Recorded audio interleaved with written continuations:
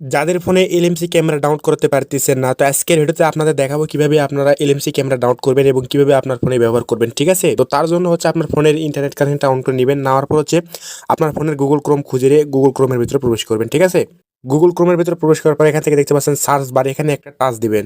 তো এখানে টাচ দেওয়ার পরে হচ্ছে আপনারা লিখবেন হচ্ছে LMC 8.4 লেখার পর আপনার হচ্ছে 18 লিখবেন। ঠিক আছে, আর 18 8.4 লেখার পর এরপর হচ্ছে আপনার ফোনের নাম লিখবেন এবং হচ্ছে ফোনের মডেলটা লিখবেন। ঠিক আছে, দেওয়ার পর হচ্ছে এখান থেকে সার্চ দিয়ে দেবেন। ঠিক আছে, তো সার্চ দেওয়ার পর এরকম একটা ইন্টারফেস চলে আসবে। এই আপনারা ওয়েবসাইটটা খুঁজে বের করবেন। ঠিক আছে, এই ওয়েবসাইট থেকে মূলত হচ্ছে আপনার এলএমসি ক্যামেরাটা রান করতে পারবেন। তো এটার ভিতরে হচ্ছে প্রবেশ করবেন। খুঁজে নেওয়ার পর প্রবেশ করার পরে এরকম ইন্টারফেস চলে আসবে।